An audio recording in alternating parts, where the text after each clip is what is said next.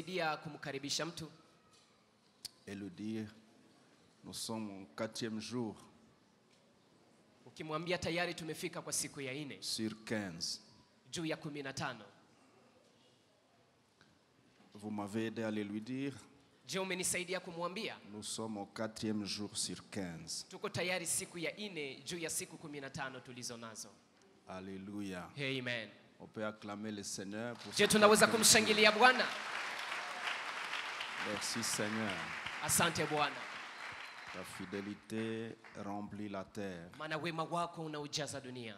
Ta fidélité est grande. Uaminifu wako ni mkubwa.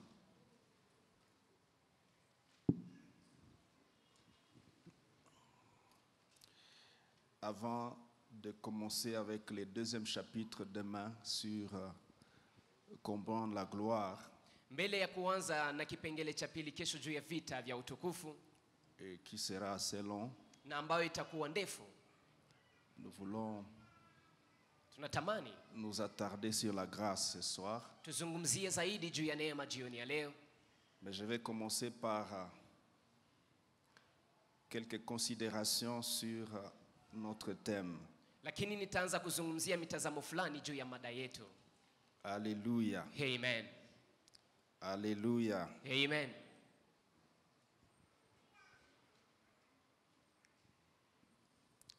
La première considération, Mtazamo wa kwanza, majambo la kwanza,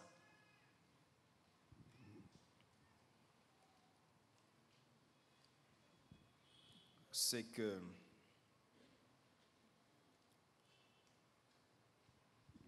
tout être humain, ni kwamba kila mwanadamu dans ses efforts dans la vie, ndani ya kujikaza kwa kikote maishani, consciemment et inconsciemment, awe akiwa na dhamiri ama bila dhamiri, essaye d'accéder à une vie de gloire anatafuta afikie maisha ya utukufu et à une existence glorieuse. na awe na maisha yenye utukufu.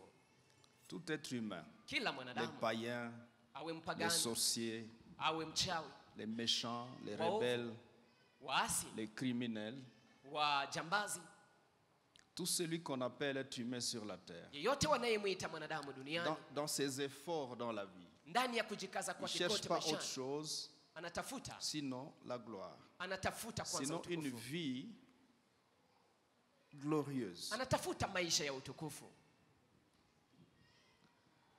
En d'autres termes, les efforts que nous consentons chacun, chaque jour, Kwa maneno mengine, kujikaza kwetu kote kila siku sont des efforts, inakuwa ni kazi tunayoifanya, ou je voudrais dire des matériaux, des stratégies inakuwa vyombo ama mbinu que nous utilisons tunavyovitumia pour nous amener à une vie de gloire. ili kwamba vitupeleke kwa maisha ya utukufu.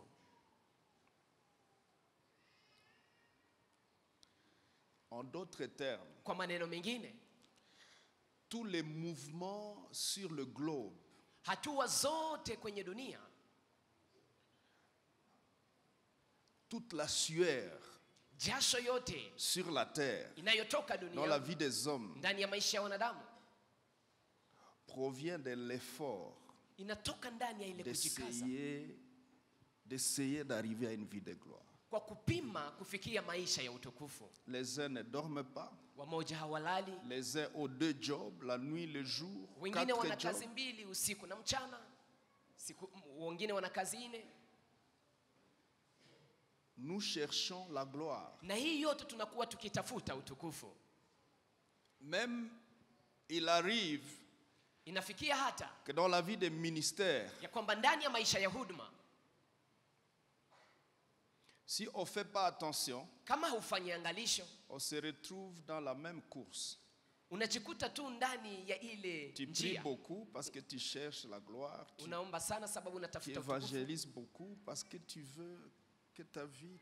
En fait, Unahubiri sana sababu unahitaji maisha yako l'être na humain utukufu. cherche la gloire. Kwa hakika mwanadamu anatafuta utukufu. Quand un jeune homme a grandi et il pense que ça suffit plus, il pense que ceux qui sont mariés sont plus glorieux, il cherche à se marier. Wakati kijana amekomaa na haitoshi, anaona kwamba wale ambao wameoa ndio wenye utukufu, naye anatafuta kuoa. Paul à Athènes Paulo pa Athena, dans Actes chapitre 17, versets 22 à 30, ndani ya Matendo ya Mitume 17:22 hadi il 13, trouve les gens d'Athènes très actifs. anawakuta watu wa Athena ambao wanakuwa kabisa ndani ya Ils changamoto, courent dans tous les sens. wanakimbia huko na kule. Et ils voient des idoles, ils voient des choses. Anaona sanamu, anaona mambo. Et puis il leur dit, chers Athéniens, Na kisha anaambia, enyi wakaaji wa écoutez-moi Athena, bien. mnisikilize vizuri. En fait, Kwa kweli j'ai vu dans votre ville que vous êtes tellement religieux, nimeona ndani ya maisha yenu ya kwamba nyinyi ni watu wa dini ça sana vous cherchez quelque chose. na mnatafuta kitu. On a voulu me lapider quelque part. Walitamani hata kunipiga mawe nafasi fulani. Mais en fait, ce que j'essaie de vous montrer, de vous dire, Lakini ile ambayo napima kuwaambia c'est que ni kwamba les dieux que vous adorez là dans vos histoires ici sans les savoir, miungu mnazoziabudu ndani ya mambo yenu ce hapa que bila vous kujua, cherchez derrière ces dieux ici, unayoitafuta nyuma ya miungu hizi en fait, les dieux que je vous annonce. ni Mungu huyo ninayowatangazia. Et pourquoi les gens cherchent Dieu? Na sababu gani watu wamtafuta Mungu? Pour que Dieu essaye d'aménager leur vie. Ili kwamba Mungu apime kutengeneza Pourquoi tu maisha portes yao. des hirisi, Sababu gani unavaa hirizi? des amulettes? Unavaa hirizi Pour que ça participe à t'amener à une vie qui compte. ili kwamba vishiriki kwa kupeleka kwa maisha inayokuwa na thamani. Les uns sont devenus des menteurs. Wamoja wamegeuka watu wa kusema uongo Pour que ces mensonges les aident à arriver à une certaine vie. ili kwamba uongo wao wasaidie kufikia maisha fulani.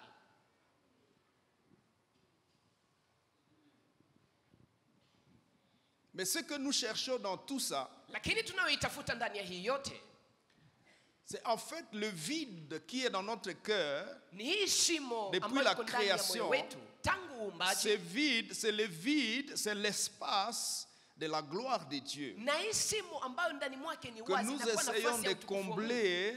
Na wakati unapima kujaza Le vide que nous essayons de combler hii d'une shimo manière ambayo- ou d'une autre. hii shimo ambayo tunatafuta kujaza kwa namna moja ama ingine.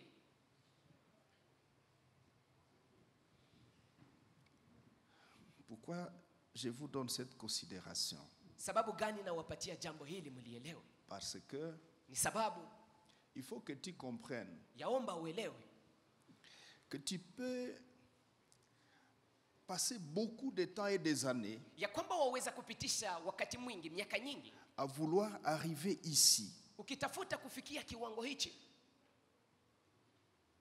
et tu perds des années de ta destinée na kisha unapoteza miaka ya hatima yako au lieu d'aller tout droit au but. pahali pa kuendea kwenye lengo. Tu peux aller tout droit au but. Unaweza enda kwenye lengo, Ce que tu cherches, c'est la gloire de Dieu dans ta vie. unayoitafuta ni utukufu wa Mungu. Choisis Chagua d'aller carrément uende hakika devant Dieu mbele za Mungu et de chercher sa gloire. na utafute utukufu wake. Ça, c'est la première considération. Hii ni jambo la kwanza la kuelewa. La deuxième considération, Jambo la pili la kuelewa, je recule un peu pour dire dans Genèse 1:26, narudi nyuma kidogo nikisema ndani ya Mwanzo Dieu a 1:26 bien dit, Mungu alisema vizuri, créons l'homme à notre image. tumuumbe mtu kwa mfano Tu wetu. ne sauras jamais fabriquer une image qui dépasse la gloire de l'image de Dieu. Hautaweza kutengeneza picha ama Ça mfano n'existe ambao pas. inavuka picha ya utukufu wa Mungu, haikuwake. La base de notre création, c'est l'image de Dieu et c'est ce que Dieu veut et c'est ce que tu cherches sans le savoir. Chanzo cha uumbaji wetu ni ile ambao Mungu anataka, na hiyo ndio uko Donc, natafuta va bila droit au kujua. but. Sasa uendee kwenye lengo, Va droit au but. uende kwenye lengo. Deuxième considération, Kitu cha pili cha kuelewa, les sacrifices, les efforts humains zabihu ama kujitoa kwa mwanadamu essaient de nous amener à construire une vie, à nous construire une vie enviable. zinapima kutuwezesha kujenga maisha ambao wengine wanaweza Une vie kutamani, digne d'être vécue, maisha ambayo digne- inastahili kuishiwa, digne d'être présentée ambayo inastahili ionekane na watu à son entourage. wale wanaotuzunguka. Et je venais de le dire.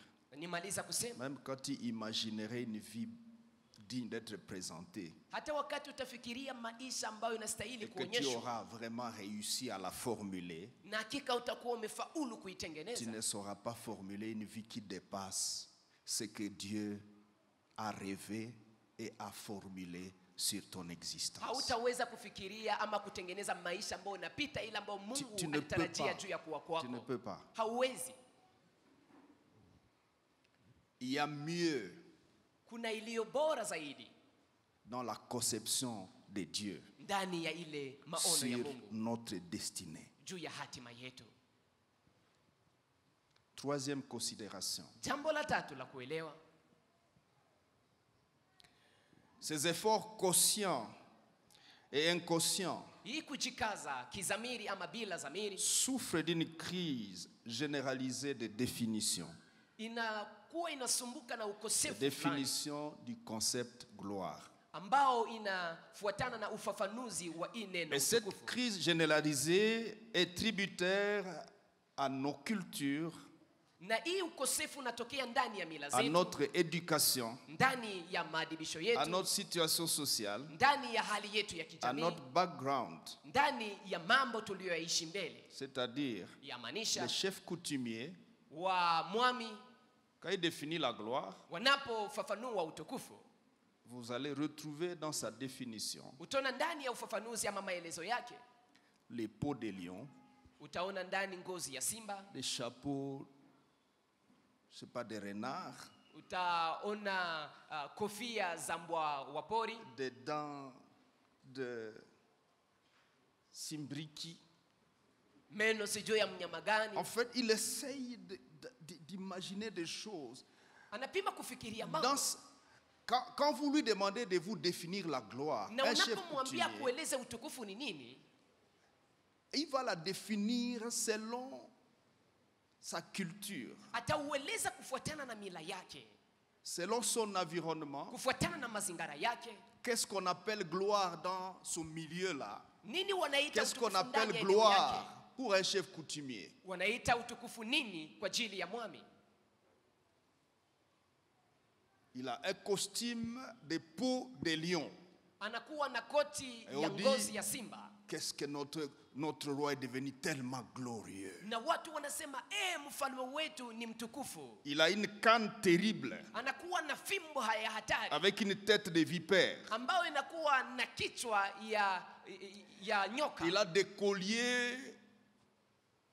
Quand vous approchez, vous êtes obligé de respecter. Anakuwa na vitu vinavyozunguka shingo, unapokaribia Il a des unashurutishwa gourmettes. kumheshimu. Anakuwa na vikomo, Il a des gourmettes. anakuwa na vikomo, Vous ne savez pas, il a eu ça où? na ujua alivitoa wapi. On peut se dire, ce ne sont pas les démons qui les lui ont amenés. Je, unajiuliza, je, haikuwa mapepo ndio umemletea nayo? Et quand il sort, Na anapoondoka sasa, les gens de son entourage tracent les chemins. watu wanaomzunguka wanachapa Et njia ils tayari, vous disent, nous wanatengeneza njia. sogei, nous sogei. Anasema serez de l'autre côté. Moi, mais anakuja. Le chef coutumier est arrivé. Qu'est-ce que signifie gloire pour lui? Utukufu inamaanisha nini kwake? C'est ça. Ndio hiyo.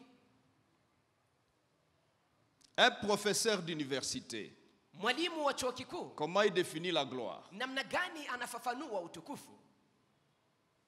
Il se rappelle de toutes ses souffrances Anakumbuka mateso yake yote, où on lui faisait rentrer dans les textes 1000 fois. ambao walimrudisha Au bar ndani ya au maandiko rouge. yake mara 1000. Wanavuta Et mambo, quand wanarudia, il wanabadilisha. passe devant pour vous enseigner dans l'auditoire, Na anapopita mbele kwa kuwafundisha sasa ndani ya masomo, il se souvient de toutes ses souffrances. anakumbuka haya mateso yote Et il est sérieux. na anakuwa Je kabisa suis le kabisa. professeur. Mimi ndimi profesa fulani. Avez-vous jamais vu un professeur comme moi? Je, mmeshaona profesa kama mimi? Prenez vos stylos. Chukueni kalamu zenu. Qu'est-ce que la gloire pour toi, professeur? Oh profesa, utukufu kwako ni nini?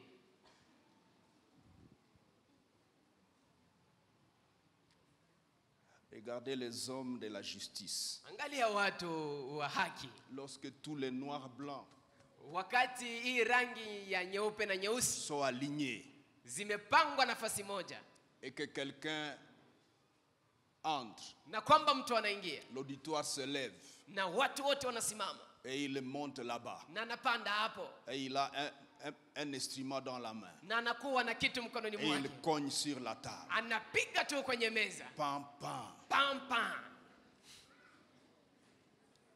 Et les gens s'asseyent. na watu wanaketi. La gloire du président. Utukufu wa Pour mkurugenzi, que quand vous allez commencer à prendre les micros, messieurs, ili kwamba unapoanza kuchukua assurez-vous de bien mandoari, prononcer monsieur le président. unapaswa kusema bwana Si mkurugenzi. vous osez ignorer ou omettre Ukisahau tu dans vos mheshimiwa phrases, ndani ya misemo monsieur yako, le président, unasahau mheshimiwa mkurugenzi,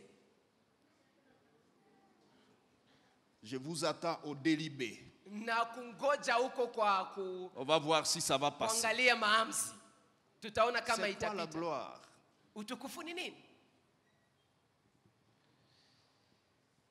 Que pensez-vous de la gloire pour un enseignant? Unafikiria nini juu ya De utukufu l'école kwa primaire. chini ya mwalimu wa shule la msingi? Quelle est sa gloire? Utukufu wake ni gani ama ni nini? Comment il comprend la gloire? Anaelewa utukufu namna gani?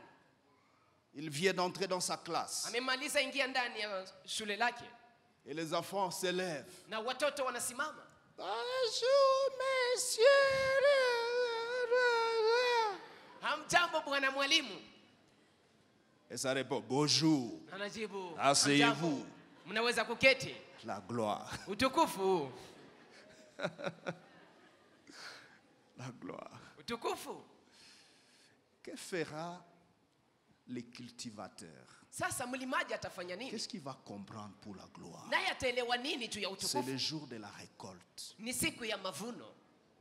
Il a récolté 15 sacs de haricots. Amevuna saki C'est la 15, plus mifuko grande 15 quantité. za maharagi, C'est la plus grande quantité dans le village. na hiyo ndiyo inakuwa hesabu kubwa ya mavuno ndani ya kijiji, Et il engage des gens pour venir frapper les haricots. na naita watu ili kwamba wakuje kupondea maharagi, Et il leur donne chacun un mourongo. na kila mmoja anampa mrongo, Et il dit à sa femme, rangez bien les haricots na là-dedans. anaambia mke Là wake, dedans. panga vizuri ile maharagi, Et puis, le soir, na kisha jioni mettez-moi de l'eau pour me laver. muniwekee maji ya moto kwa kunawa. Ah, la gloire. Utukufu, La gloire. utukufu.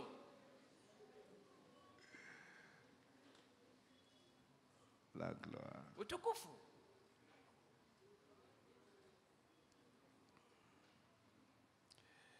Qu'est-ce que va faire les gardiens? Sasa Les zamu atafanya, sentinelles. zamu atafanya nini? Quelle est sa gloire? Utukufu wake naye ni nini?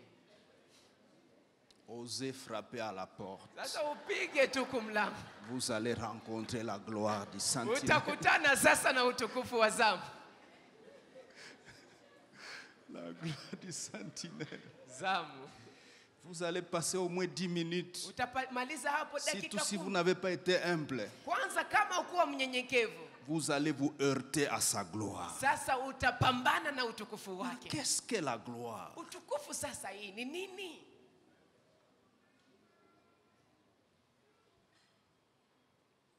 Pourquoi je vous parle de ça? Sababu gani nawazungumzia hii?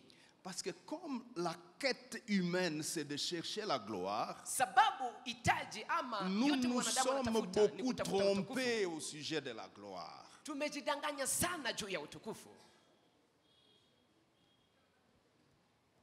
Vous savez, on peut dire à l'arche, Najua la tunaweza sema gloire, parsh, c'est de s'asseoir sur ces deux rangées ici. devant. utukufu ni kuketi kwenye hii viti ya kwanza na ya pili. Hein, les gens qui s'assoient sur les deux chaises ici. Watu ambao wanaketi kwenye viti mbili hapa ya Et on mistari peut mbili parler hapa. dans les quartiers. Na Toi, unaweza tu sais, à kuingia l'arche, ndani ya kata. à quel Unajua endroit ndani je ya ile m'assois? kanisa ya Arse mimi Est-ce que tu as déjà remarqué là où je m'assois? Je umeshaona mahali ambapo naketi? Non, tu peux regarder dans les vidéos. Hein. Unaweza kuangalia ndani ya video, Tu vas me voir. utaniona hapo. Nous, on ne se met pas là au fond. Hein. Sisi Nous, on hatuikalake se kule met là nyuma. derrière les pasteurs. Tunaikalaka tu nyuma La mchungaji. gloire. Utukufu.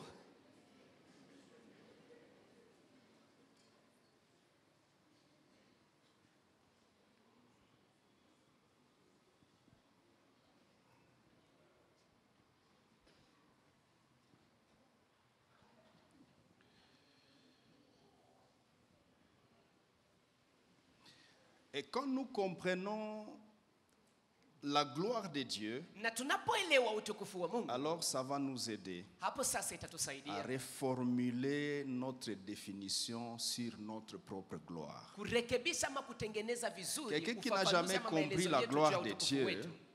il reste berné dans sa définition de la gloire selon lui-même. Ule ambaye hajaelewa utukufu kufuatana na Mungu anabaki anazamia ndani ya kuelewa kwa utukufu kufuatana yeye Et mwenyewe, tu souffres pour rien. na unateseka kwa bure, Pour rien. kwa bure. Qu'est-ce que tu appelles la gloire? Unaita utukufu nini? Notez que la gloire, c'est Indiquez-ni ya plus kwamba utukufu que la simple beauté ni zaidi ya ile urembo ama ou uzuri le standing. ama La kiwango. gloire, c'est plus que ça. Utukufu ni zaidi ya hiyo. J'ai même réfléchi la manière suivante. Nimefikiri hata namna hivi. Regardez, Tazama, si la beauté du ciel kama uzuri wa mbingu et tout ce que Dieu nous réserve, ni yote tu ambao Mungu ametuandalia, le rêve d'aller au ciel risque de ne pas être satisfaisant. maono ya kwenda mbinguni ama matarajio ya kwenda mbinguni haitoshi.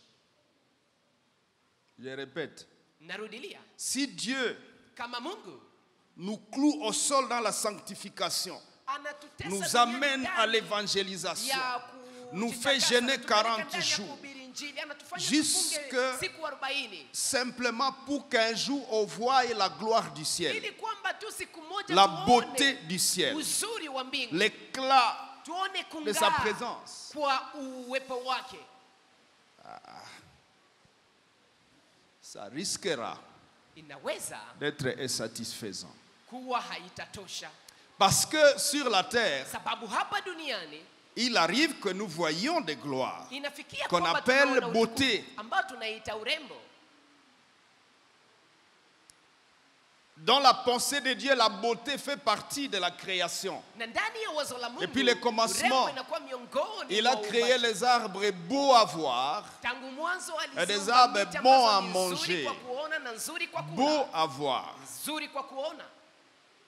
Donc, Ni kusema au ciel, mbinguni la beauté uzuri est présente. iko, Les standards kiwango cha est juu présent au ciel. kiko huko mbinguni. Mais si c'est juste ça, Lakini kama ni et hii pour tu ça na ni kwa que ajili ya nous hii, devons aller au ciel, ndipo tunapaswa kwenda mbinguni,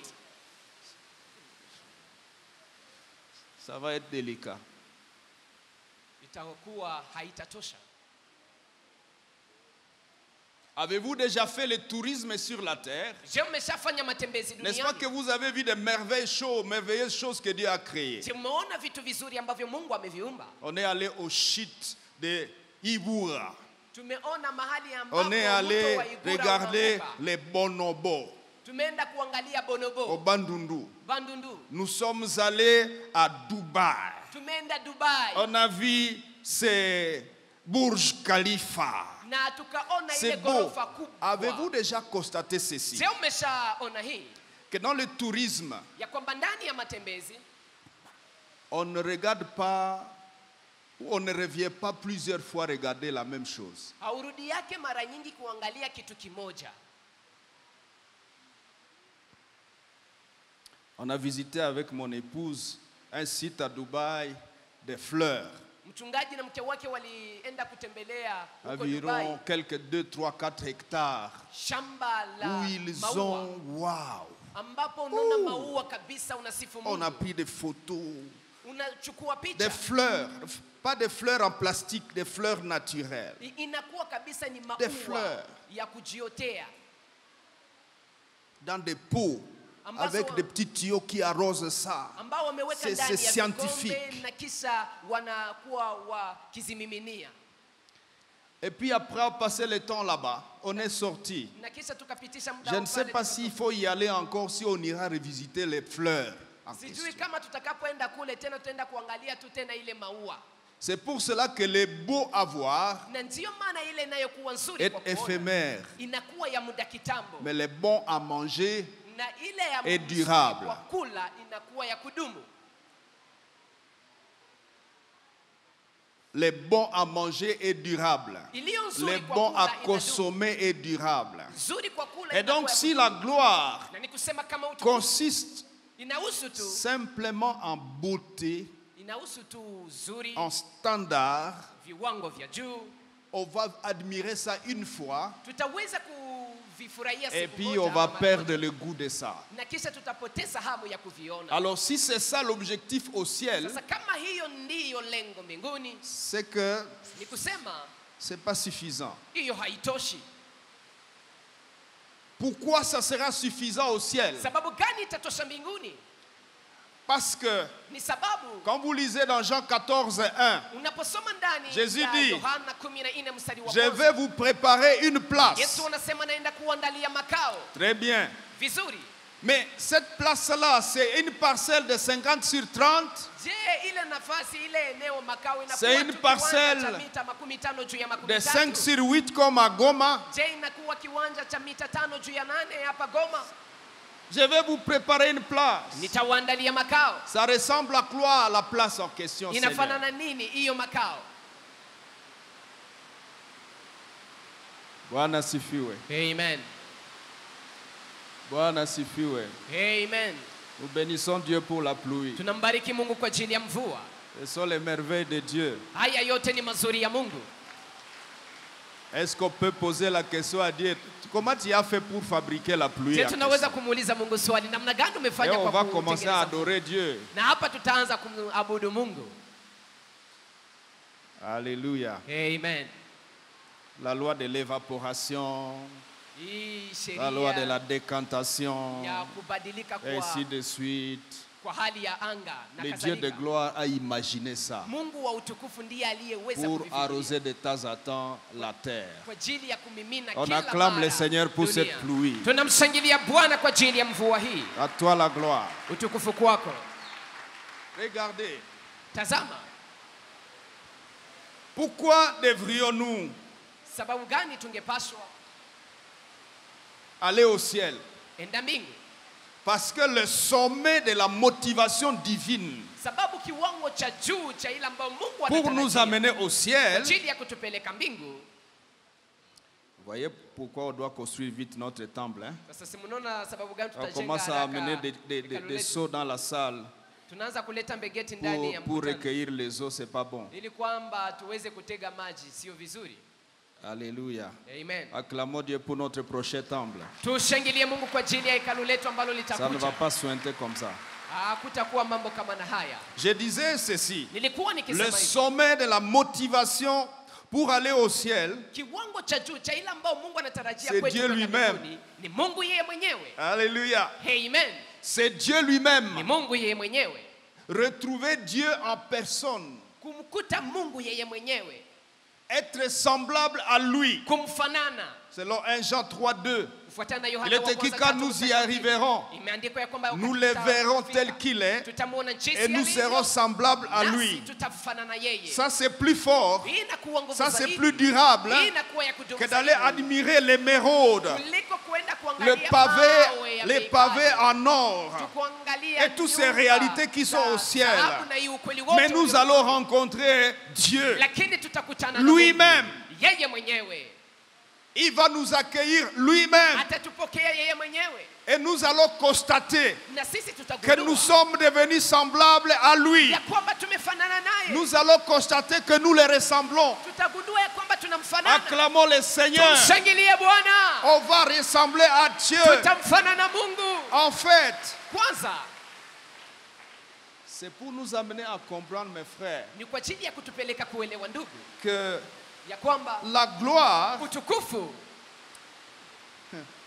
c'est plus que des choses que nous avons comme définition. ni zaidi ya vitu ambavyo Et dans tunakuwa Jean navyo kama 14, ufafanuzi. verset 20, Ndani ya Yohana 14 mstari wa 20 il est écrit, Imeandikwa en hivi. ce jour-là, siku hiyo vous connaîtrez mtajua que je suis en mon ya Père, kwamba niko ndani ya Baba yangu, que vous êtes en ya moi kwamba ninyi muko ndani et mwangu, que je suis en vous. na kwamba niko ndani mwenu. Alors, ça veut dire, quand tu as dit que tu vas nous préparer une place, Sasa yamaanisha unaposema kwamba les places à utatuandalia question, makao. tu es allé les préparer dans les pères. mahali hiyo umeenda kuitayarisha ndani ya Baba. Parce que ce jour-là, Sababu siku nous hiyo comprendrons tutaelewa que nous ne sommes pas dans le quartier, ya kwamba tuko ndani ya mais que kata, nous sommes en le lakini Père. tuko ndani ya Baba, Que le Père est ya kwamba en nous. Baba iko ndani Quelle est la mwetu. place que tu as préparée? Makao ambayo C'est la umeandaa place wapi? Ni en makao le Père. ambayo iko C'est la ndani ya place Baba. en Ni Jésus. makao ambayo iko ndani ya Yesu. Et c'est finalement la place de Dieu en nous. Na kwa mwisho inakuwa nafasi makao ya Mungu Qu'est-ce que ndani c'est mwetu. glorieux, Oh, n'est-ce pas? inakuwa ya utukufu sana. La définition de la gloire. On Ufafanuzi va wa y maelezo ya revenir utukufu. demain. Et nous allons commencer ces sous-thèmes. Comprendre la gloire de Dieu. Alléluia. Amen. Ceci est infiniment au-delà Iko zaidi mno de juste une place. ya makao tu. 4e considération. Jambo la nne la kuelewa. Quand les gens manquent la gloire de Dieu dans leur vie, Wakati watu wanakosewa na utukufu wa Mungu maishani mwao, ils sont légers. wanakuwa wepesi, Ils sont légers wanakuwa wepesi dans 4 aspects de la vie. ndani ya viwango 4 vya maisha. Ils sont légers dans leur être. Wanakuwa wepesi ndani ya utu wao, Comme le cas de Belshazzar. kama mfalme Belshaza Dans Daniel chapitre 5, versets 1 à 7, puis 25 à 28. ndani ya kitabu cha Danieli. Belshazzar, Belsazari mfalme léger, mwepesi, léger. mwepesi.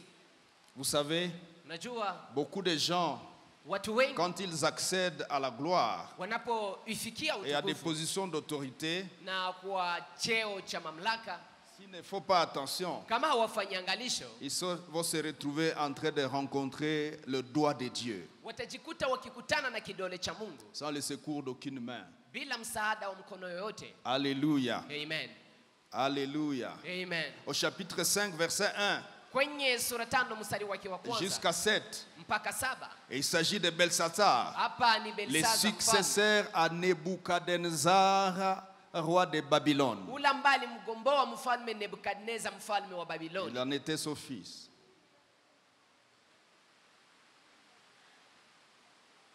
Et voici, Natazama au verset 2, kwenye shairi la pili, Belshazzar organise une fête Belshaza akaandaa karamu pour inviter ses grands.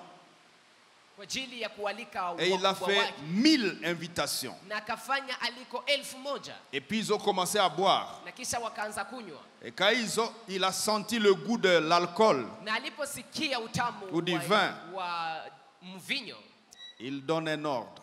anatoa agizo, Il dit, allez apporter les ustensiles de la maison du Dieu d'Israël que mon père avait pillé à Jérusalem. anasema mwende mkachukue vyombo vya Et ils nyumba ont ya apporté- hekalu la Mungu ambalo Ils baba ont yangu apporté alileta. les calices en or et toutes ces choses-là. Wakaleta vikombe vya dhahabu na hivi Mais vyote quelle vilivyokuwa ndani ya hekalu. est les composantes de la rencontre? Lakini nini ambayo inakuwa ndani ya hii mkutano? En apportant les vases d'or qui avaient été enlevés du temple de la maison de Dieu à Jérusalem, et le roi et ses grands, et ses femmes, et ses concubines s'en servirent pour boire. Na mfalme na wakubwa wake, wake Léger. zake na habara wake wakatumia kwa kunywa. Écoutez-moi bien. Mnisikilize vizuri. Dans la vie, Ndani ya maisha, même quand tu deviendras trop païen, hata wakati utakuwa uko mpagani sana, je te donne un conseil. nakupa shauri. Je reprends. Narudilia, Dans la vie, ndani ya maisha, quand même tu deviendras exagérément païen, hata wakati utakuwa kabisa mpagani wa fais kupindukia, attention à ce que l'on appelle les choses sacrées. fanya angalisho na vile wanavyoviita vitu vitakatifu vilivyoweka wakfu. Il y a des sacrés, des sorciers, il y a des sacrés, des dieux de votre coutume. Kuna vitu Ok. vitakatifu vya Mungu wa kabila Mais quand ça lenu, s'appelle sacré pour l'éternel, lakini Réfléchis deux fois. vinapoitwa vitakatifu kwa ajili ya Mungu wa mbingu, vous Fikiri avez mara gagné mbili. une ville ou un village Umepata mji ama kijiji dans une guerre. ndani ya vita, Et il y a dedans des choses sacrées. Na ndani mna vitu De la vitakatifu coutume. vilivyowekwa wakfu vya Attention. mila. Angalisho.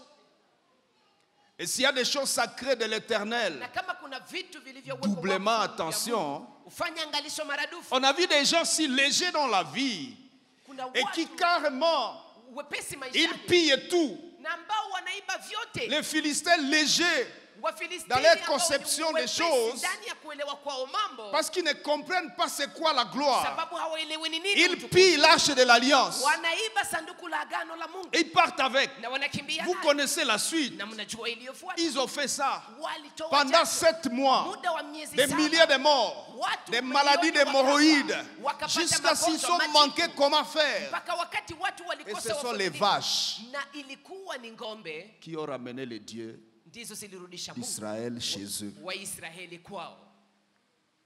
Attention. Angalisho. Léger dans votre être.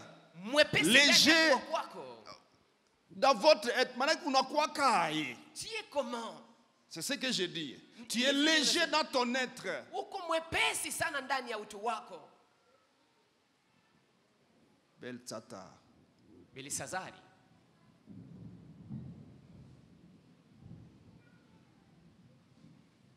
Et au verset 27, Na kwenye shairi lake la 27 il a été tourmenté, n'a pas su quoi faire. Il a fait appeler ses sorciers, ses magiciens, c'est tout le monde.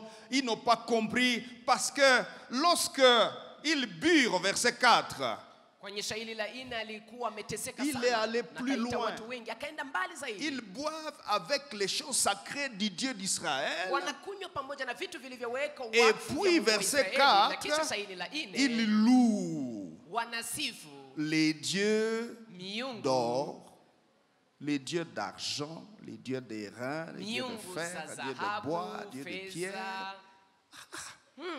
Ces choses ici, on les utilise Hivi pour vitu louer l'Éternel, le créateur de Wanavitumia kwa l'or, ajili ya kumsifu le Mungu créateur de aliyeumba l'argent. dhahabu, aliumba Vous fedha. utilisez ça maintenant, vous Kisha louez sasa, les nyinyi dieux de mnatumia l'or. kwa ajili ya kusifu Mungu wa dhahabu. Je pense que Dieu a dit, ok, Nawaza Mungu alisema ça sawa. suffit. Hii Il a inatosha. juste envoyé le doigt Alituma tu kidole et il a écrit, na akaanza kuandika. comptez au mur, hein, Umehesabiwa kwenye kibambazi dans les réunions, ndani ya mkutano wao. comptez, Umehesabiwa, comptez, umehesabiwa, pesez, umepimwa divisez. na umevunjwa, Et il a retiré la main. na kisha kaondoa mkono. Belsassar, soma, comme on a dit.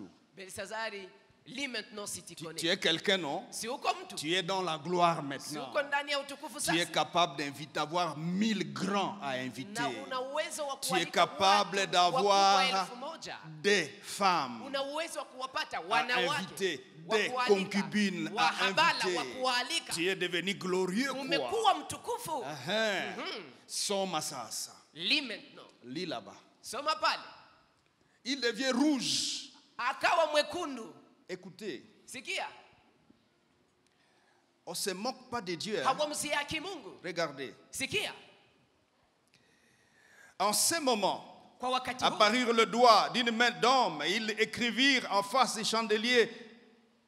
Les chandeliers, vous savez, les chandeliers, sur la chaux de la muraille. Alors le roi, changeant de couleur, na sasa hapa mfalme je ne sais pas s'il est akabadilisha devenu rangi. vert Sijui kama aligeuka ou bleu, kimanjani il ama changea de samawi. couleur. Ses Akabadilisha pensées rangi. le troublèrent. Mawazo Ses yake jointures, yakamchanganyikisha. ses jointures des Maungu reins, yake, ses jointures des reins se détachèrent. maungu yake yakaachana Les reins, na viuno vyake vos vikaachana. viuno, Eh. les reins se sont détachés. Viuno vikaachana. Les reins se détachèrent. Viuno vikaachana. Ce n'est pas tout. Sio yote. Et ses genoux se heurtèrent. Na magoti yake yakagongana. Ses genoux se heurtèrent l'un Magoti yake contre l'autre. yakagongana. Unakufa nini si Qu'est-ce uendelee qu'il y a? na fête ça. Continue avec ta Un fête. peu, j'imagine Dieu en train de regarder quoi. Naona Bon, Mungu yuko fête naona. maintenant. Ah. Fêtez, buvez. Fanya sasa karamu Autant- kunywa. imagine avec un verre Angalia du pamoja na sein, kikombe. des seins, Ya du mfalme. lieu saint, Kwa et mahali les genoux patakatifu sont en sana. train Na kisha de magoti se yako heurter. yanapigana. Le verre fera quoi? Hii Et le vin fera quoi? Kikombe Et kitafanya Dieu nini? dira kunywa sasa. Bois Wewe maintenant. kunywa Bois sasa. maintenant. Wewe uko glorieux Ah, quoi. tu es glorieux. Kunywa sasa. Bois maintenant. Et les reins, Na ma- quand na les viuno, reins se détachent, wakati viuno vimeachana, vous savez, unajua ça envoie tous les liquides dans la vessie.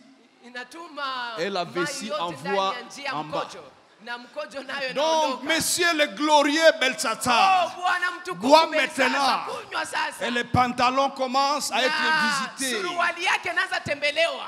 Bois maintenant. Kunywa sasa. Et les genoux Na magoti se heurtent. yanaanza kupigana. Je suis glorieux. Mimi ni mtukufu. Ok, sois glorieux Okay, maintenant. sawa kuwa mtukufu sasa. Chers amis, Wana tusiwe fi- nacheza na Mungu.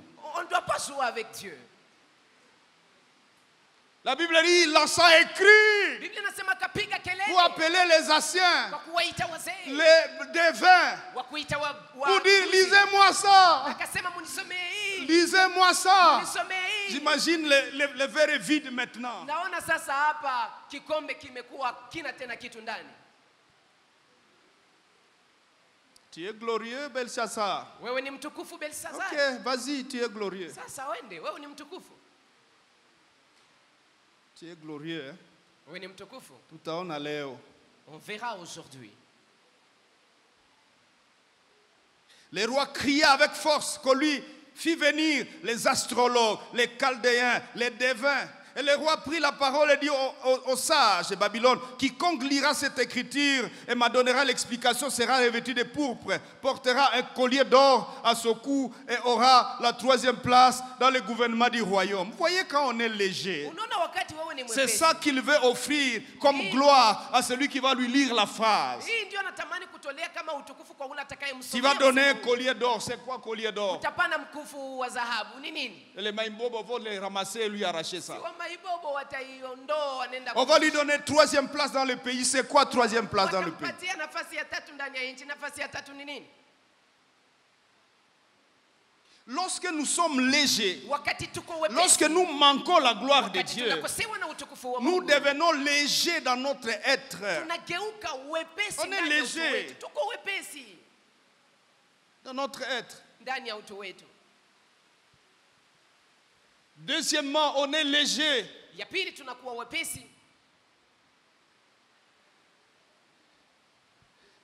dans la compréhension du sens de l'existence. ndani ya kuelewa maana ya kukua kwetu. Quel est le sens de ton existence? Ni nini maana ya Quand kukua? on a raté la compréhension et la connaissance de la gloire de Dieu, Wakati umekosa kuelewa utukufu on wa va Mungu, être léger utakuwa dans la mwepesi compréhension du sens de notre existence et de notre personnalité. ndani ya kuelewa maana ya kuwa kwetu. Regardez, Utu wetu. Juge chapitre 13, Angalia Waamuzi Verset sura 5. 13 mstari wake wa 5. verset 24 à 25. Mstari wa 24 hadi 25. Chapitre 14, verset 1 à 3. Sura 14 mstari wake wa kwanza hadi 3. Samson. Samsoni. Samson, comprends-tu le sens de ton existence? Samsoni, je, unaelewa maana ya kukua kwako? Malheureusement, il n'a pas compris. Bahati mbaya hakuelewa. Au chapitre 14, verset 1er et suivant, Kwenye sura 14 Samson a fait une petite promenade quelque part Samsoni ametembelea nafasi moja et il a vu une fille. na kaona binti moja, Et il revient chez son père na narudi kwa baba yake, et il lui dit, anamwambia Père, baba, j'ai vu une fille à Timna. nimeona binti Patimna, Prenez-la pour moi en mariage. umunitwalie C'est kama tout. vile mke wangu. Munikamatie yeye. Prenez-la pour moi en mariage. J'imagine Manoah qui dit, mais mon fils, qu'est-ce qui t'arrive? Mama anauliza, À Timna, c'est "Mwana, chez les Philistins. nini ambayo Et puis ces umekufikia?" Philistins-là, c'est ça même la mission. que tu- Wafilistini, si huko ndio Est-ce que tu te umetumwa. souviens, mes petits? Je, unakumbuka? J'ai fait le voyage dans la forêt Nimefanya safari ndani ya pori parce que j'ai discuté avec ta mère. sababu nilikuwa Ta mère m'a na- dit qu'elle a vu ongea na quelqu'un mama- qui lui a annoncé qu'elle va mettre au monde. Mama yako aliniambia kwamba Et kuna malaika ambao mtokea amemwambia J'ai kwamba voyagé dans la forêt na mimi pour que nikasafiri moi ndani aussi j'aille voir les messieurs en ya question. pori ili niende nione ule bwana. Et puis, Na kisha- quand nous sommes arrivés là-bas, Tulipofika huko, on a appelé, ta maman a appelé Mama yako Et le akaita. monsieur est revenu, c'était un ange. Na ule bwana akarudi, Et ilikuwa je ni lui ai malaika. posé des questions Nami nikamuuliza pour maswali. dire, ok, Ili nimwambie tu dis sawa. que nous allons avoir un enfant. Nasema tutampata Mais ça fait mtoto. des années on n'a pas Lakini d'enfant. sinakuwa miaka Comment tayari on va hatuna faire mtoto. Tutafanya namna avec gani? cet enfant-là? Pamoja na ule mtoto. Et petit, Kijana. l'ange a dit, Malaika tu amesema seras un naziréen. ya kwamba wewe utakuwa mtu aliyetolewa Le wakfu. rasoir ne passera pas dans ta tête. Wembe hautapita kamwe Tu kichwani ne mwako. prendras pas le vin. Hutakunywa kamwe Tu mvinyo. vas mener une vie sainte. Na utaishi C'est maisha quoi ya que tu nous utakaso. racontes? Sasa nini Et le unaanza garçon dit, kutuhadithia? nilishaona. Na huyu kijana anasema, j'ai Muniache. déjà vu, c'est tout. Laissez-moi. Munikamatie, oye aye Prenez mie. là pour moi en mariage. Muni oye ye, point. Vous devez l'épouser pour moi, c'est tout. Quand on est léger dans la compréhension de son existence, Wakati uko mwepesi ndani ya c'est kuelewa quand on n'a kwa pas kwako, compris c'est quoi la gloire de Dieu. ni wakati haukuelewa ni nini utukufu wa Mungu. C'est un prestige Inakuwa ni que heshima ces Philistins, kwamba Mfilistini ils nous ont malmenés depuis des années. hao Wafilistini wametutesa muda Je wa vais miaka vous mingi. prouver. Je Nitawaonyesha. vais maintenant épouser là-bas. Nitaoea sasa kule. Et les parents Wazazi ont accepté. wakakubali Et puis, ils ont dit, ok, na wakasema sawa, passe, c'est tout. prenez. Chukua. Et vous connaissez la suite. Na mnajua nini? Ça n'a pas été iliyofuata? seulement celle-là. Haikukuwa tu Il y a yule, eu d'autres, kulikuwa wengine jusqu'à Dalila, mpaka kwa Delila et puis jusqu'à Seigneur, na kisha mpaka kwa Omri, donne-moi une grâce cette fois-ci, ambalo anasema Bwana que unipatie je mara ya venge neema. mes yeux, Nilipize kisasi sababu ya macho mes yeux yangu, troués. macho yangu yaliyotobolewa. D'où ça vient? Hii inatokea Il n'a wapi? pas compris le sens de la gloire. Hakuelewa maana ya utukufu. Et cette absence du sens de la gloire Na hii kukosa l'a maana ya amené à être léger dans la compréhension du sens. imempeleka sa kuwa vie. mwepesi ndani ya sens kuelewa de son maana ya maisha existence. yake, maana kukua Vous kwake. lirez ce texte-là. Mtasoma andiko Dieu hili. a dit, Mungu alisema vous aurez un garçon. mtampata C'est lui qui kijana. va commencer à sauver Israël contre les Philistins. Na yeye ndiye ataanza kukomboa Israeli Le toka sens mikononi de mwa ta vie, Wafilisti. petit Gédéon. Samson. Maana ya C'est maisha toi yako Samsoni qui va sauver ni le kwamba peuple. wewe ndio Tu vas sauver le utakayeokoa pays de ces taifa. Philistins-là. Wewe ndio utaokoa hii nchi toka Il mikono est ya tellement Wafilisti. léger dans la Lakini compréhension yeye de ni son mwepesi existence. sana ndani ya kuelewa maana ya kuwa Il y va kwake. comme ça. Et on a tout perdu. Na wakapoteza yote. Troisième domaine, Kiwango cha tatu on est léger. ambacho tunaweza kuwa Quand on wepesi ndani. rate la gloire de Dieu, Wakati unakosewa utukufu wa on Mungu, devient léger dans la manière de passer leur vie sur la terre. unakuwa mwepesi ndani ya namna yako ya kupitisha maisha yako duniani. Ta manière de passer ta vie sur la terre. Namna yako ya kupitisha maisha yako Le fait duniani. que tu as raté de comprendre la gloire de Dieu. Sababu umekosa kuelewa En utukufu wa fait, Mungu. tu as raté la gloire de Dieu. Umekosa utukufu wa Mungu hakika. Tu commences à être léger dans ta manière de passer ta vie sur la terre. Na unaanza kuwa mwepesi ndani ya namna yako ya kupitisha maisha yako hapa duniani. Regardez Salomon, Angalia Salomon dans Ecclésiaste 2, 1 à 11. ndani ya Salomon Mhubiri dit, 2. j'ai dit à mon cœur. Pourquoi tu 11. dis à ton cœur? Salomon anasema Je nimeambia suis moyo devenu wangu, glorieux, non? si nimekuwa mtukufu. Alors j'ai dit à mon cœur, Nimeambia moyo wangu, je ne vais plus te refuser quoi que ce soit. sitakuwa Toi, mon katalia cœur, tena kitu. Ewe moyo Tout wangu, ce que tu vas me demander, yote utakayoniomba, je vais te le donner. nitakupatia nayo. léger Mwepesi dans la manière de passer sa vie sur la terre. ndani ya namna yake ya kupitisha maisha yake hapa duniani. Et vous savez, je vous ai dit, Na mnajua notre niliwaambia, destinée n'est pas très longue. Hein? hatima yetu sio ndefu sana. Tu peux gâcher quelques jours ou quelques années Unaweza kupoteza siku chache, miaka Facilement, chache kwa urahisi par des gestes de légèreté, de simple légèreté. kupitia Et, vitendo et tu as tout vya perdu. Hein? uwepesi na kisha basi unapoteza. Vous voyez, si tu es une fille et tu penses que la gloire dans ta vie signifie ta beauté, Kama wewe ni binti na unafikiria kwamba utukufu maishani et que mwako tu ni ne urembo comprends wako, pas c'est quoi la gloire en réalité, na hauelewi utukufu inamaanisha nini tu kwa vas kweli, distribuer ta beauté à tous les hommes. utagawia ile urembo wako kila mwanaume. Si barembo Nous les belles, hatustaili yake mwanaume moya tu. on ne peut pas rester avec un Puis seul je ne homme. vais pas concentrer toute cette beauté à un seul Hii monsieur. urembo yote Il faut quand même nipatie que tu les mwanaume autres en mmoja. profitent. Hapana, inaomba wengine wafaidie nayo. Hein? Que les autres en profitent. Wengine watafaidia nayo. Léger Mwepesi dans la manière de passer sa vie sur la terre. ndani ya namna yako ya kupitisha maisha yako Et duniani. vous avez vu, Na mumeona la plupart des gens qui ont réfléchi de cette manière-là, watu wengi waliofikiri namna hivi ils se ressaisissent tard wana lorsque huwa la wanasubiri beauté nyuma. a commencé à décliner. Wakati ile urembo imeanza sasa kushuka, kupotea. Alors elle se ressaisit. Na kisha Et maintenant, wanashurudia elle veut avoir un seul mari. na kisha napenda mpate Or, mmoja tous mmoja. les hommes sont déjà passés par là. Ijapokuwa wanaume wote wameshapita pale. Je prends maintenant un. Sasa nitachukua mmoja. Et tous disent, non, non, ça suffit, on a déjà goûté. C'est Na Natosha. wote wanasema hapana, Inatosha. tumeshaonja. Inatosha. Sasifi. Et on devient intercesseur. Na kisha unageuka muombaji.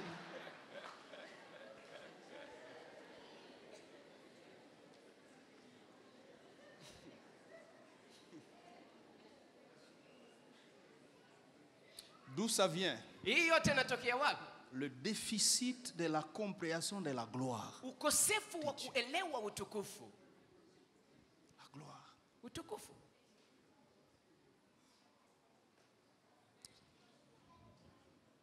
Salomon Salomono a vécu ça. aliishi 300 femmes. wanawake 300. Or, l'année a 365 jours. Ijapokuwa mwaka unakuwa na siku No, une femme par jour. 365, ni kusema mwanamke mmoja kwa siku. 700 concubines. Na wahabala 700. Donc toi, tu passes aujourd'hui, Sasa wewe on utapita se leo, verra dans 3 ans. tutaonana kama muda wa Mais tu restes kisa dans la miaka cour, tatu. tu es ma femme. Kisha unabaki wa hapa tu karibu Parce sababu que tu wewe dois uko laisser mke la wangu. place aux autres. Sababu utaachia wengine nafasi. On ne vient pas 2 fois. Hawakujake mara pili kwangu.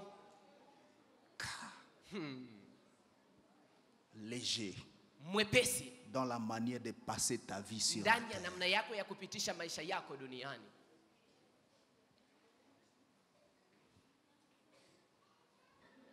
Simplement parce qu'on n'a pas compris le sens de la gloire. Sababu tu haukuelewa ni nini On a ndio maana ya raté utukufu de capter na umekosa la kushika gloire de Dieu. kuelewa dont utukufu on a wa besoin. Mungu ambao On tunahitaji. a raté.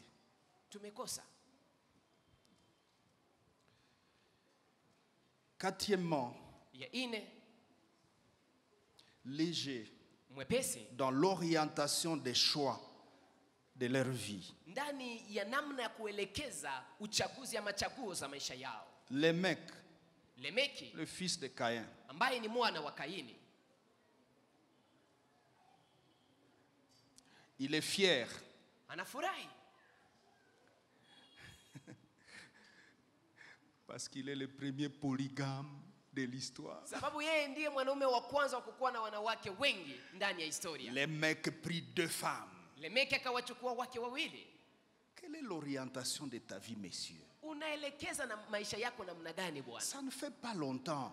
Haiyakuwa siku Ton mingi. grand-père ici, qu'on appelle Adam, Babu yako ambaye Dieu lui a wanamuita dit Adamu, clairement, Mungu alimwambia l'homme quittera son père et sa mère, mwanaume ataacha s'attachera baba yake à na sa mama yake, femme. na ataambatana na Pourquoi mke tu wake? prends l'orientation de la polygamie? Sababu gani wewe unaelekea Muniache. ndani ya wake wengi? Muniache. Laissez-moi, Niache, laissez-moi. léger Mwepesi dans l'orientation de nos choix. ndani ya kuelekeza Tu chaguo prends zangu. quel genre de choix dans ta vie? Unachukuaka chaguo namna gani? Tes choix sont Aina gani orientés maishani par mwako? quoi en fait? Chaguo zako zinaelekezwa na nini? Unapeleka maisha yako hai. Comment tu conduis ta vie? Tu orientes ta Et vie. pourquoi tu en arrives là? Na sababu gani Tu unafikia es huko? léger. Wewe ni mwepesi. Tu es léger. Wewe ni mwepesi. Léger. Mwepesi. Dieu dit à Belshazzar, Mungu anamwambia Belshaza, tu as été compté umehesabiwa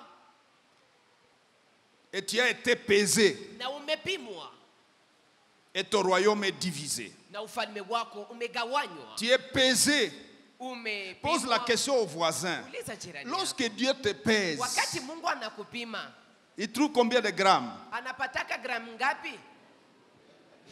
Moulise, Demande-lui. tu pèses combien de grammes? Wow, unapima gramu ngapi? Tu es trop léger. Wewe ni mwepesi sana. Tu as été pesé Umepimwa. et tu as été trouvé Na léger. Umepatikana mwepesi. Léger. Mwepesi.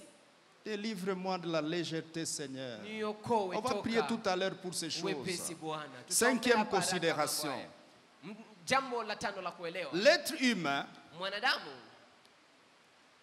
le peuple ou la nation ama taifa qui s'est lancé dans l'aventure de la vie sans Dieu, ambao wamejitolea ndani ya kuishi maisha bila Mungu, loin de Dieu, mbali na Mungu, au mépris de la gloire de Dieu, wakizarau utukufu wa Mungu, finit par se buter.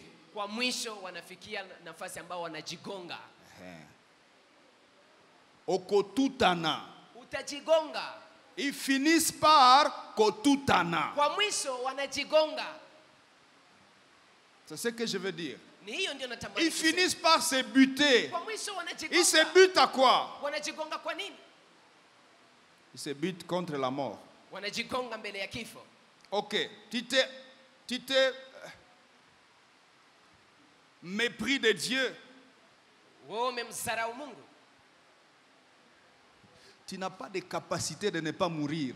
Na hauna uwezo wa kukataa kufa. Tu vas te buter à la mort. Utagongana na kifo. Quand la mort arrivera, Kifo kitakapofika, tu n'auras pas de réponse. hautakuwa na jibu. Tu vas te buter. Dis à ton voisin, frère, Utagonga. ne Ambia néglige jirani pas la gloire de Dieu. Tu Mwambie risques tu, de... usisahau Tu vas utukufu wa buter. Mungu. Tu vas te buter Utagonga, quelque part. Utagonga. Utagongana. Mwambie mwenzako. Dis à ton prochain, Utagongana. tu vas te biter. La mort, Kifo qui est une affaire du Créateur. ambayo inakuwa jambo la muumbaji. Il n'y a pas de négociation. Hapa hakuna mazungumzo. Il n'y a pas de possibilité. Hakuna uwezekano mwingine. Est-ce que vous savez ça? Je, mnajua hiyo? Quand la mort arrive, Wakati kifo kimefika, il n'y a pas de possibilité. hakuna uwezekano mwingine. Ézéchias a essayé de discuter avec Dieu. Na Ezekia alipima kuongea na Mungu. Et il lui a dit, Seigneur, souviens-toi de tout ce que j'ai fait. Kumbuka yote niliyoifanya Pour toi, kwa ajili yako. j'ai changé les choses dans le pays. J'ai ramené le peuple à toi. Nilirudisha taifa kwako. Je ne veux pas mourir. Sipendi nikufe. Et Dieu dit Na Mungu akamwambia, à son prophète, rentre là dans la chambre. nabii wake, sawa, rudi ndani ya Dis-lui chumba. que je lui ajoute 15 Namwambia ans. sawa, na kuongezea miaka Il ne lui 15. a pas dit, je lui ajoute 15 ans ou 100 ans. Il lui a dit, je t'ajoute 15 ans. Akamwambia na kuongezea miaka 15. Qui ont 15 ans ici? Wangapi wako na miaka 15 hapa? Qui a 15 ans? Wangapi wako na miaka C'est un 15? jeune homme de 15 ans, n'est-ce pas? Kuna kijana wa miaka 15 hapa.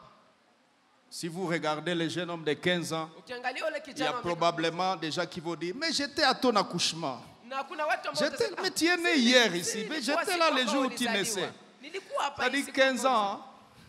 una miaka Ça va 15. finir tout à l'heure. Miaka 15 itaisha hapa usoni hapa. Tu vas buter à la mort. Na utagongana na kifo. Tu diras quoi? Utasema nini? Et puis après la mort, tu vas aller où? Na kisha kifo utaenda wapi?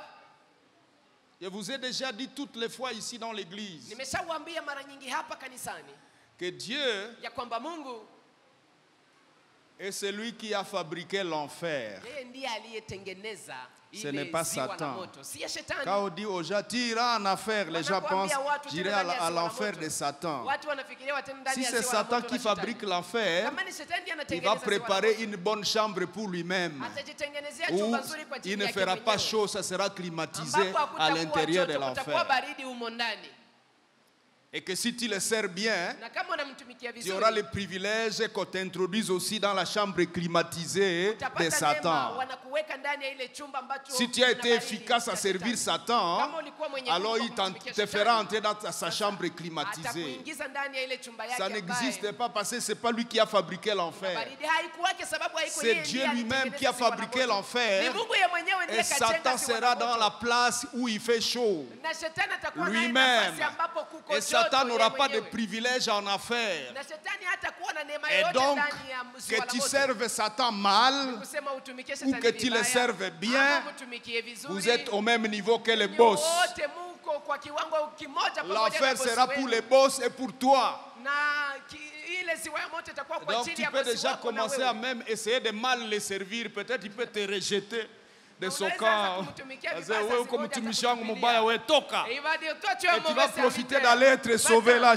chez le Seigneur. Na sasa moja utaokolewa kule Essaye kwa même Bwana. d'être un peu fidèle à Satan quoi. Si upime kukosa uaminifu kwa shetani. Simwambia mwenzako pima hata kukuwa infidèle ku shetani basi. Si à ton prochain, essaie d'être fidèle devant Satan.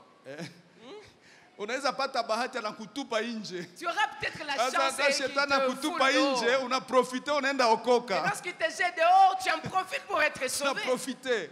Tu vas Hata profiter. kupitisha mudirisha. Il va te faire passer par la fenêtre. Unamkomplike sana wewe huko we. Toi, Ale tu me pia compliques anakutupa trop. kudirisha. Et Sasa unafika nje unakrie gloire à Dieu. lorsque tu es à l'extérieur, tu cries gloire au Umeokoka. Seigneur. Tu es guéri, Umeraté tu es moto. sauvé. Et tu as raté Bwana sifiwe. l'enfer. Amen. Bwana sifiwe. Amen. Est-ce que vous êtes toujours là? Je mungali On hapa. peut acclamer les dieux de Tunaweza gloire. kumshangilia Mungu wa utukufu. Les dieux de Mungu wa utukufu. gloire. Les dieux de gloire. Mungu wa utukufu. On va buter aux conséquences néfastes du rejet de son Utakongana Créateur na hasara mbovu sana za kumkataa dans muumbaji cette wako. vie et dans l'éternité. Ndani ya maisha ya sasa na ndani ya umilele. Quand vous rejetez Dieu, Wakati il y a des unamkataa Mungu, conséquences relatives à ça. kunakuwa hasara, Tu as- matokeo tu mbaya vas buter yanayotokana à ces na hii. conséquences-là. Na utagongana na hii matokeo. Troisièmement, Na ya tatu, tu vas buter à la réalité de la conscience troublante. utagongana na ukweli wa dhamiri zinazokusumbua. Troublante des culpabilités humaines face à ton Zinazokusumbua Créateur. ndani ya kujihukumu kwa mwanadamu mbele ya C'est-à-dire, il muumbaji wake. viendra un temps Yamaanisha où Dieu va activer ta conscience ya kwamba kuna muda ambao Mungu atasisimua pour dhamiri que zako tu regardes en ili face kwamba uangalie mbele ta zako vie sale, maisha yako ya kuchafuka, ta vie loin de Dieu. maisha yako ambayo yako mbali Tu na vas Mungu, buter à na ça. utagongana nayo. Tu ne sais pas combien ça trouble. Haujui namna Tu ne gani sais pas inatesa. combien ça fait du mal. Haujui namna gani inafanya Et vibaya. si tu n'as pas de Na chance kama wewe huna d'avoir des bahati serviteurs de Dieu corrects, wapate watumishi wa Mungu ambao ni wa kweli. Paul, Désolé, malheur à toi. vous savez, vous avez parfois commis des péchés en cachette. Mnajua mara mmefanya Et dhambi vous ndani vous ya êtes siri engagé de les couvrir jusqu'à la mort. na mmejitolea kuzificha mpaka kufa. C'est lorsque tu n'as pas encore buté au mécanisme de la conscience troublée par le péché. Ni wakati haujakongana na Tu hiyo as bien ukweli conservé wa ça. dhamiri ambazo ziko Demain, zinasumbuliwa na tu vas kujihukumu mbele ya buter dhambi. Kesho À la culpabilité, utagongana na kujihukumu tu seras obligé d'aller en parler. na utashurutisha kwenda kuiongelea. Si 1000 personnes ne sauront pas, Kama au moins watu 1000 une watajua, personne saura avant que tu ailles en affaire kuna mtu mmoja ambaye atajua ou avant que tu ailles au ciel. mbele uende ndani ya ziwa la moto ama mbele uende ndani Suivez-moi ya mbingu. attentivement. Les Munifuate péchés vizuri. cachés là Ile ne sont dhambi jamais cachés. ile dhambi ambayo unafikiria kwamba umeficha Premièrement, haifichwi. Dieu vous regarde pendant que vous êtes en train de pécher. Il vous Mungu voit là. anakuangalia unapokuwa Avez-vous ukifanya. déjà imaginé Je que umeshaona tu es allé dans l'impudicité umeenda ndani ya et uzinifu que Dieu est en train de te voir comment tu enlèves les habits na quoi. kisha Mungu anakuona jinsi Dieu uko te unavua regarde, mavazi. oh, na huyu, oh, na huyu. et Oh. Dieu dit, vois Dieu moi te celui-ci. regarde vraiment. Mungu anakuona na kushangaa. Mais comme ta conscience est brûlée, Lakini jinsi dhamiri zako te dit niache kule yulu ni ngumu, nyamaza. unasema pana, Niache. laissez-moi en paix. Mungu niache, iko na Dieu laisse- kuona. Dieu te voit. Anakuona. Dieu te voit.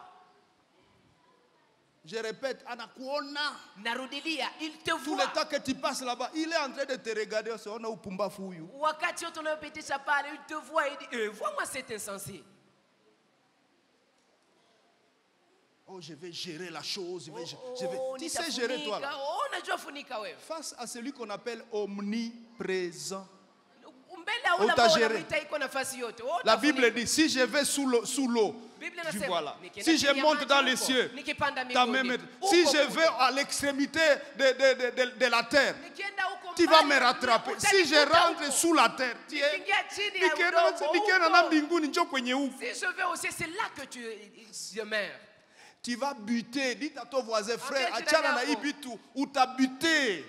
Dis à Ambia ton- mwenzako, à ton prochain, utabute, laisse ce achana genre na de choses, hivi. tu vas te biter. Mbona hamuseme si Mais mumwambie? pourquoi vous Si ne parlez mumwambie, pas? utabute Tu wewe. vas biter, te biter.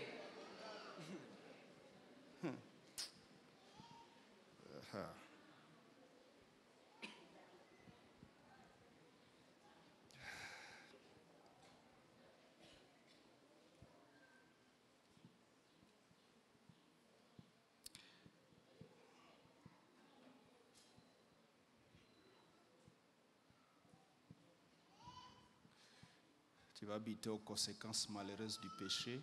Utagongana na Le hasara salaire du mbovu péché, za c'est la dhambi. mort. Mshahara wa dhambi ni mauti, Mais tu vas buter aussi lakini utagongana pia contre l'appel contraignant du cœur miséricordieux du Créateur. ya wito wa kukushurutisha wa moyo wa rehema wa Mungu. Unaona? Tu vois? Munyamaze munisikilize. Gardez silence et écoutez-moi. Les autres butées sont bizarres.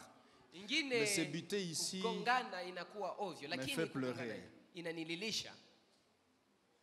Tu vas buter Utagongana au cœur de miséricorde de Dieu. na moyo wa rehema ya Mungu.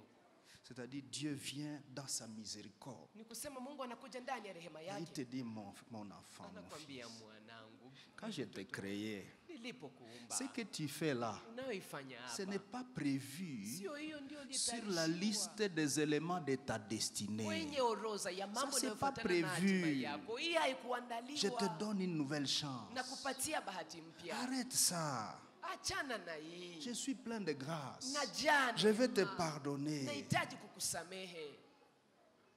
Qu'est-ce que tu vas répondre? Utajibu nini? Qu'est-ce que tu vas répondre? Utajibu nini? Le cœur de miséricorde Moyo wa rehema de Dieu. wa Mungu. Et que tu t'étonnes Na unashangaa et tu te dises, na unasema, moi j'ai mangé 40 grossesses. mimi nimekula mimba J'ai 40 tué par les fétiches 150 femmes. na nimeua kupitia irizi wanawake Et puis tu comptes 115. toute la liste Na kisha de unahesabu tout ce que orodha tu as fait. ya mambo yote J'ai uliyoyafanya. avorté 15 fois. Nimeporomosha mimba muda mara 15. Et puis Dieu vient te dire, Na Mungu anakuja kuambia, je suis prêt à te pardonner. niko tayari kukusamehe. Est-ce que tu laisses Je, unaacha? ce soir? Jioni ya leo Je te conseille de buter à cette dernière assertion.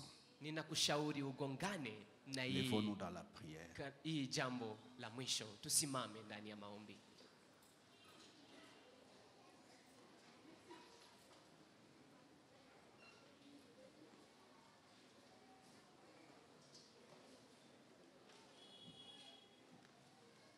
Viens nous conduire.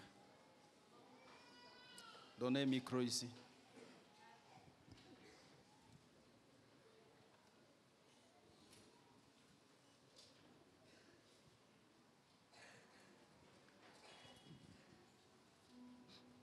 Chers amis, Warafiki wapenzi,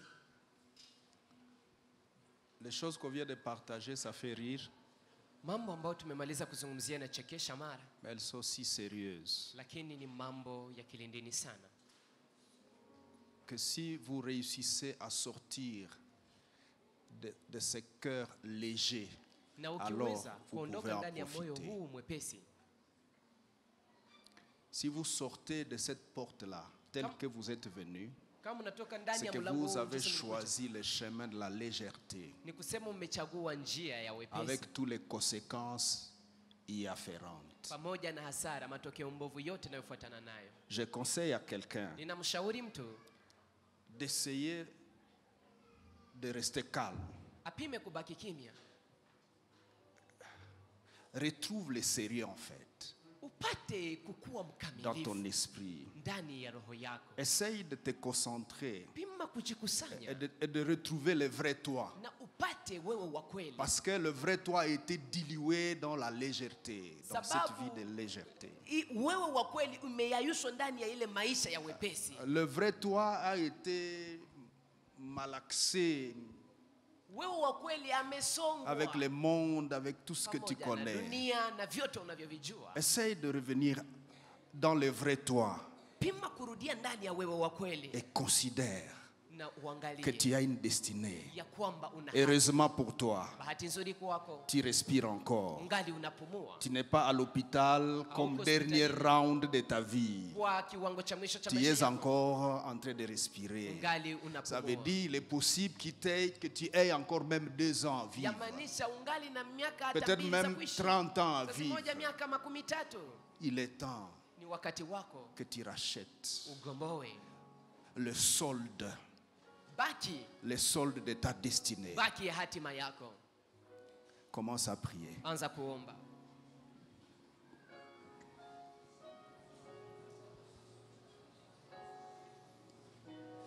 Nous sommes